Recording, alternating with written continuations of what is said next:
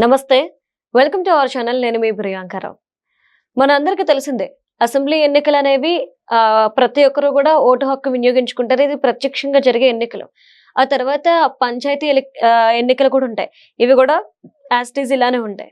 But ZPTC, MPTC విషయానికి వచ్చేసేపటికి చాలా మందికి చాలా సందేహాలు ఉంటాయి. ఎందుకు అంటే వీటికి ఎలక్షన్స్ ఎలా పెడతారు, ఎవరు ఓటేస్తారు అన్నది. ఇప్పటి వరకు పరోక్షంగా జరిగేవి వీటికి ఎలక్షన్స్. కానీ ఇప్పుడు వీటిని కూడా ప్రత్యక్షంగా చేయాలని చెప్పేసి చంద్రబాబు నాయుడు గారు డెసిషన్ తీసుకున్నారు. అయితే గతంలో కూడా ప్రత్యక్ష ఎన్నికలు ఉండేవి. ఆ తర్వాత తీసేసి పరోక్షంగా పెట్టారు. మళ్ళీ ఇప్పుడు ప్రత్యక్ష ఎన్నికలకి సిద్ధమవుతున్నారు. దీనివల్ల ఉపయోగం ఏంటి? ఎవరు ఓటు హక్కును వినియోగించుకునే అవకాశాలు ఉన్నాయి? మనం తెలుసుకునే ప్రయత్నం చేద్దాం. మనతో పాటు సీనియర్ జర్నలిస్ట్ సిఎస్ రావు గారు ఉన్నారు. ఆయన అడుగుదాం. నమస్కారం సార్. అంటే జెడ్పీటీసీ, ఎంపీటీసీకి సంబంధించి ప్రత్యక్ష ఎన్నికలు అనేవి ఎప్పుడో తీసేశారు. పరోక్షంగానే జరుగుతున్న ఎన్నికలు. మళ్ళీ ఇప్పుడు అదే మోడల్ ని ఎందుకు తీసుకురావాలని అనుకుంటున్నారు? దీనివల్ల ఎవరికి ఉపయోగం? జెడ్పీటీసీ, ఎంపీటీసీ ఎన్నికలు అయితే డైరెక్ట్ గానే జరుగుతుంది ఇండైరెక్ట్ గా. ఇది ఎంపీపీ అలాగే జెడ్పీ చైర్మన్ ఎన్నిక, అది ఇండైరెక్ట్ గా. దాని కారణంగా ఏమవుతుంది, ప్రభుత్వాలు మారగానే మారిపోతున్నారు. వాళ్ళ మీద అవిశ్వాసం పెడుతున్నారు. జెడ్పీ చైర్మన్ మార్చేస్తున్నారు, మున్సిపల్ చైర్మన్ మార్చేస్తున్నారు, అలాగే మేయర్లు మార్చేస్తున్నారు, మండల అధ్యక్షులు మార్చేస్తున్నారు. ఒకసారి పార్టీ అధికారం మారింది అనుకోండి, మారంగానే మారిపోతున్నారు. అక్కడ లోకల్ పడేది కూడా. దీంతో గ్రామాల్లో కానీ లేదంటే పట్టణాల్లో కానీ నగరాల్లో కానీ అభివృద్ధి అనేది ఆగిపోతుంది, డిస్టర్బ్ అవుతుంది. అందుకే ప్రత్యక్షంగా ఎన్నికలు జరపాలి అనే ఒక నిర్ణయం చంద్రబాబు నాయుడు గారు తీసుకున్నారు అనేది వాళ్ళ పేపర్లో వచ్చినటువంటి న్యూస్. ప్రత్యక్ష ఎన్నికలు అంటే ఏంటి? ఇప్పుడు ఎంపీటీసీలు, జడ్పీటీసీలు అవసరం లేకున్నారు. ఒకవేళ ఉన్నా కానీ వాళ్ళ ఓటు వాళ్ళకి ఉంటుంది. బట్ ఎన్నిక వాళ్ళు ఉంటారు. కాకపోతే ఎన్నిక డైరెక్ట్ ఎన్నిక ఉంటుంది. ఎవరికి? జడ్పీ చైర్మన్కి, మండల ప్రెసిడెంట్కి. అంటే 2 ఓట్లు వేయాలి. ఇప్పుడు మీరు ఏదైతే ప్రాదేశిక నియోజకవర్గం ఉంటుందో, మండల ప్రాదేశిక నియోజకవర్గం అంటే ఎంపీటీసీకి ఒక ఓటు వేస్తారు. అలాగే సేమ్ అదే పోలింగ్ బూత్లో మండల ప్రెసిడెంట్కి కూడా ఒక ఓటు వేస్తారు. అంటే మండల ప్రెసిడెంట్ సపరేటు ఎలక్షన్. అంటే అదే రోజు, అదే పోలింగ్ రోజున మండల ప్రెసిడెంట్ని డైరెక్ట్గా ఎంచుకుంటారు పబ్లిక్. ప్రాదేశిక నియోజకవర్గానికి సంబంధించిన సభ్యులను కూడా అదే రోజు ఓటేసి ఎంచుకుంటారు. వీళ్ళెందుకు? ఆ ప్రాదేశిక నియోజకవర్గానికి సంబంధించిన సమస్యలని జడ్పీ సమావేశాల్లో వీళ్ళు తెలియజేయడానికి వీళ్ళు ఉంటారు.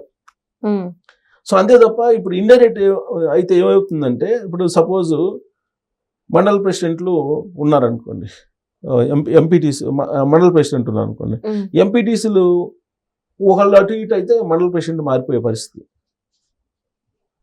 ఎప్పుడు మండల ప్రెసిడెంట్ మారిపోతారో తెలియదు. సో బలం అనేది ఉంటుంది, పవర్ అనేది ఉంటుంది మండల ప్రెసిడెంట్కి. అందుకే ఇప్పుడు డైరెక్ట్ ఎలక్షన్ అనుకోండి, ఒకసారి పబ్లిక్ మండల ప్రెసిడెంట్ ఎంచుకున్నాడు అనుకోండి, 5 సంవత్సరాల పాటు అతనే ఉంటాడు. ఇక్కడ ఎంపీటీసీలు ఎవరైతే ఉంటారో వాళ్ళ కాన్స్టిట్యున్సీకి సంబంధించినటువంటి పనులు ఏదైనా ఉంటే కనుక అక్కడ సమావేశాల్లో చర్చించి నిర్ణయం తీసుకుంటారు. బట్ మండల ప్రెసిడెంట్ అక్కడే ఉంటారు. అలాగే జడ్పీ చైర్మన్ కూడా అంతే. జడ్పీటీసీలు ఉంటారు కదా, జిల్లా ప్రాదేశిక నియోజకవర్గాల సంబంధించినటువంటి వాళ్ళకి ఒక ఓటు వేస్తారు, జడ్పీ చైర్మన్కి ఒక ఓటు వేస్తారు. అంటే జడ్పీ చైర్మన్ 5 సంవత్సరాల పాటు అతనే ఉంటాడు. అతనే మొత్తానికి జడ్పీ చైర్మన్గా ఉంటూ వీళ్ళందరికీ కోఆర్డినేట్ చేసుకొని ఆ జిల్లా అభివృద్ధికి ఆయన ఉంటాడు.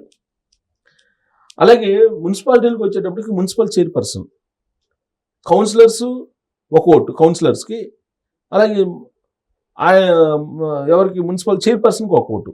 అంటే డైరెక్ట్గా పబ్లిక్ వేయాలి. 2 ఓట్లు ఒకేసారి వేస్తారు. కానీ ఇప్పుడు ఏం జరుగుతుంది? ఓన్లీ ఎంపీపీలకి, జెడ్పీటీసీలకి, కౌన్సిలర్లకి, కార్పొరేటర్లకు మాత్రం ఓట్లు వేస్తున్నారు. వీళ్ళు ఏం చేస్తున్నారు? అక్కడ పోయి వాళ్ళల్లో గెలిచిన వాళ్ళలో ఒకరిని మేయర్ గానో, మున్సిపల్ చైర్పర్సన్ గానో, లేదంటే జెడ్పీ చైర్మన్ గానో, మండల ప్రెసిడెంట్ గానో ఎంచుకుంటున్నారు. అలా కాకుండా డైరెక్ట్గా ప్రజలే ఎంచుకునేలాగా ఈ ఎన్నికల్ని నిర్వహించబోతున్నారు ఇప్పుడు చంద్రబాబు నాయుడు గారు తీసుకున్న నిర్ణయం అని చెప్పి చెప్తున్నారు. అది సుస్థిరమైనటువంటి పాలనకు, సుస్థిరమైనటువంటి రాజకీయ పరిణామాలకు ఒక బాట వేసినట్టు అవుతుంది. లేదంటే అస్థిరం అయిపోతుంది కదా. ఇప్పుడు లాస్ట్ టైం 2019లో అధికారంలో రాగానే మొత్తం వైఎస్ఆర్ కాంగ్రెస్ పార్టీ తెలుగుదేశం వాళ్ళు కూడా వైఎస్ఆర్ కాంగ్రెస్ పార్టీకి సంబంధించినటువంటి కౌన్సిలర్స్ని లేదంటే వాళ్ళని ఎంచుకోవాల్సి వచ్చింది. లేదంటే వాళ్ళు ఇటు మారటం అవన్నీ జరిగాయి. ఇప్పుడు కూడా అంతే, తెలుగుదేశం కూటమి వచ్చిన తర్వాత వైఎస్ఆర్ కాంగ్రెస్ పార్టీకి సంబంధించినటువంటి వాళ్ళు గతంలో ఉన్నటువంటి వాళ్ళు తెలుగుదేశం పార్టీలోకి వచ్చేసారు. సో ఇలాంటి పరిణామాలు ఉన్నందువల్ల ఏంటంటే మీకు స్థానిక సంస్థల్లో అభివృద్ధి లేకపోగా రాజకీయపరమైనటువంటి అస్థిరత అనేది ఒకటి ఏర్పడుతుంది. దానికి ఫుల్ స్టాప్ పెట్టేందుకు చంద్రబాబు నాయుడు గారు డైరెక్ట్ ఎలక్షన్ పెట్టాలి వీళ్ళకి అనేది ఒక నిర్ణయం తీసుకున్నారు. ఆల్రెడీ నిర్ణయం తీసుకున్నారని చెప్పి అంటున్నారు. అయితే నిర్ణయం తీసుకున్న దాన్ని మంత్రిమండలిలో ఆమోదించాలి, ఆ తర్వాత అసెంబ్లీలో చర్చ పెట్టాలి, తర్వాత బిల్లు రూపంలో తీసుకొస్తే దాని చట్ట రూపంలో తీసుకురావాలి. ఈ ప్రాసెస్ ఉంది. సో ఈ ప్రాసెస్ అయిపోద్ది. ఇప్పుడు సర్వ జరుగుతుంది కదా, ఎస్ఐఆర్ సర్వ జరుగుతుంది. నెక్స్ట్ మంత్కి ఓటర్ లిస్ట్ వచ్చేస్తుంది. ఎట్టి పరిస్థితుల్లో కూడా డిసెంబర్ లేదా జనవరిలో లోకల్ బాడీ ఎలక్షన్స్ పెట్టేదానికి కూటమి ప్రభుత్వం సిద్ధమవుతుంది. సార్ అంటే ఇప్పుడు చాలా మంది అనలిస్టులు కావచ్చు, కొంతమంది పొలిటికల్ వాళ్ళు అంటుంది ఏంటంటే అసలు జెడ్పీటీసీ ఎంపీటీసీల పోస్ట్లే వేస్ట్, తీసేయండి అనే ఒక నినాదాన్ని కూడా నేను రీసెంట్ గా ఈ రోజు మార్నింగ్ కూడా విన్నాను. సో ఈ నేపథ్యంలో మరి ఇవన్నీ ఎందుకు? అసలు ఇంతకుముందు లేరు. యాక్చువల్గా వాళ్ళని బుద్ధ విగ్రహాలు అంటుంటారు. అవును, వాళ్ళకి పవర్స్ కూడా ఉండవు వాస్తవంగా. కాకపోతే ఏంటంటే ఇప్పుడు ఎంపీటీసీలు ఏంటంటే మండల ప్రెసిడెంట్ ఎంచుకునే పవర్ ఉండేది. ఇప్పుడు అది డైరెక్ట్ ఎలక్షన్ పెడితే అది కూడా ఉండదు. సో కాబట్టి వాళ్ళ యొక్క ప్రమేయం అనేది పెద్దగా అంటే అక్కడేం ఉండదు. ఎందుకంటే ఒక మండలానికి సంబంధించి ఆల్రెడీ మండల ప్రెసిడెంట్ ఉన్నాడు, గ్రామాలకు సంబంధించి గ్రామ సర్పంచ్ ఉంటాడు. గ్రామ సర్పంచులతోటి ఆయన మీటింగ్ పెట్టుకుంటే అయిపోతుంది. గ్రామ సర్పంచ్కి కూడా డైరెక్ట్ ఎలక్షన్ పెడుతున్నారు. ఇప్పుడు దాకా ఏం జరిగింది, వార్డు మెంబర్స్ ఉంటారు కదా, వార్డు మెంబర్స్ ఎన్నుకునేవాళ్ళు సర్పంచ్ని. కానీ ఇప్పుడు చంద్రబాబు గారు తీసుకున్నటువంటి నిర్ణయం ప్రకారం ఏంటి, డైరెక్ట్గా సర్పంచ్కి కూడా ఓటు, సర్పంచ్కి ఒక ఓటు, వార్డు మెంబర్కి ఒక ఓటు. సో కాబట్టి ఇది అంటే ఆ లోకల్గా ఉండే సమస్యలని ఆ సమావేశాల్లో వాళ్ళు చర్చించడానికి పనికొస్తారు తప్పితే వాళ్ళ వల్ల వాళ్ళకేమి పవర్స్ లేవు ప్రత్యేకంగా.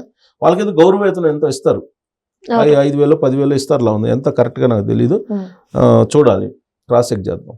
సో 5,000 10,000 లోపలే ఉంటుంది గౌరవ వేతనం ఇస్తారు ఎవరికి, ఎంపీటీసీలు కానీ జెడ్పీటీసీలకు కానీ వీళ్ళకి. అంతే తప్ప వాళ్ళకేమి పవర్స్ ప్రత్యేకంగా లేవు. అసలు ఇప్పుడు డైరెక్ట్ ఎలక్షన్ పెడితే అసలు ఉండవు, అసలు పవర్సే ఉండవు. మొత్తం మీద ఈ స్థానిక సంస్థల ఎన్నికల సిస్టమ్ని పూర్తిగా మార్చేసి డిజైన్ ఎన్నికలు పెట్టాలనేది చంద్రబాబు నాయుడు గారు నిర్ణయం తీసుకుంటున్నారు. ఇది వైఎస్ఆర్ కాంగ్రెస్ పార్టీలో కొంత అలజడి రేపుతుంది. కారణం ఏంటి, డైరెక్ట్ ఎలక్షన్ పెట్టారనుకోండి, ఒక రకంగా చెప్పాలంటే అసెంబ్లీ ఎన్నికలు జరిగినట్టు జరుగుతాయి.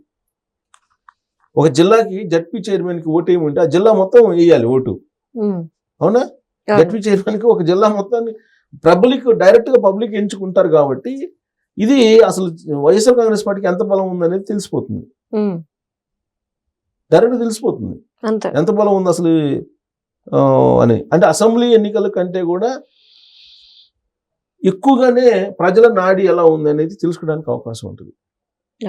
ఇప్పుడు బహుశా చంద్రబాబు నాయుడు గారు వైఎస్ఆర్ కాంగ్రెస్ పార్టీ బలహీనంగా ఉంది, బలంగా లేదు, వాళ్ళు అడావుడి చేస్తున్నారు తప్పితే అని నిరూపించే ప్రయత్నంలో భాగంగా డైరెక్ట్ ఎలక్షన్స్కి వెళ్తున్నారేమో అనిపిస్తుంది.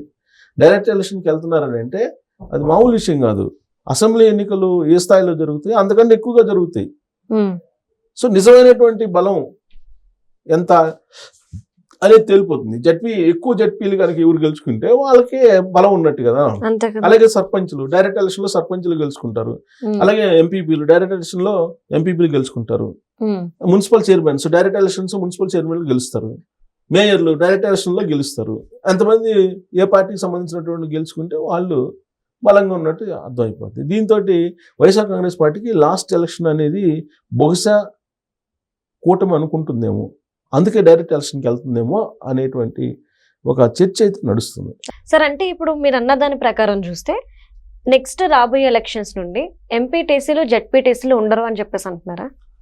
వాస్తవంగా అవసరం లేదు వాళ్ళు, అదే ఎందుకంటే ఉత్సవ విగ్రహాలు అంటారు వాళ్ళని. అవును, వాళ్ళు ఎందుకు అవసరమే ఉంది, వాళ్ళకి ఆందోర్యం సరే తక్కువ ఆందోర్యమైనా వాళ్ళకి ఎందుకు అసలు ప్రాతినిధ్యం ఎందుకు అనేది వాళ్ళ ప్రాధాన్యత కానీ వాళ్ళ ప్రాతినిధ్యం కానీ ఏమి లేదు అసలు.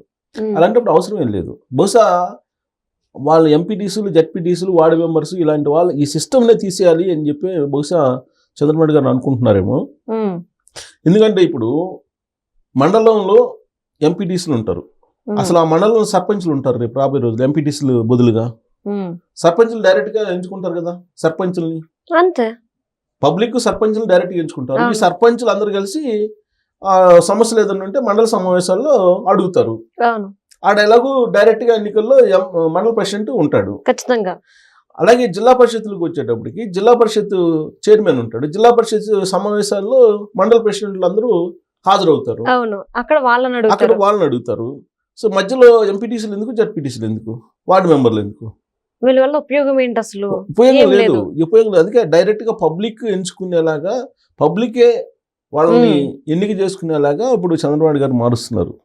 రైట్. ఇప్పుడు దాకా ఏంది ఇండైరెక్ట్ గా వాళ్ళని ఎంచుకున్నారు. అవును అలా కాదు, డైరెక్ట్ గానే వాళ్ళని ఎంచుకునేటువంటి వెసులుబాటు కల్పించాలనే నిర్ణయం బహుశా చంద్రబాబు నాయుడు గారు తీసుకున్నారు అని అంటున్నారు. అది కనుక చట్టరూపంలోకి వస్తే కనుక రేపు రాబోయేటువంటి స్థానిక సంస్థల ఎన్నికలు మాత్రం చాలా వాల్యుబుల్ ఎలక్షన్స్ అనుకోవాలి. Right. Thank you so much sir. Thank you.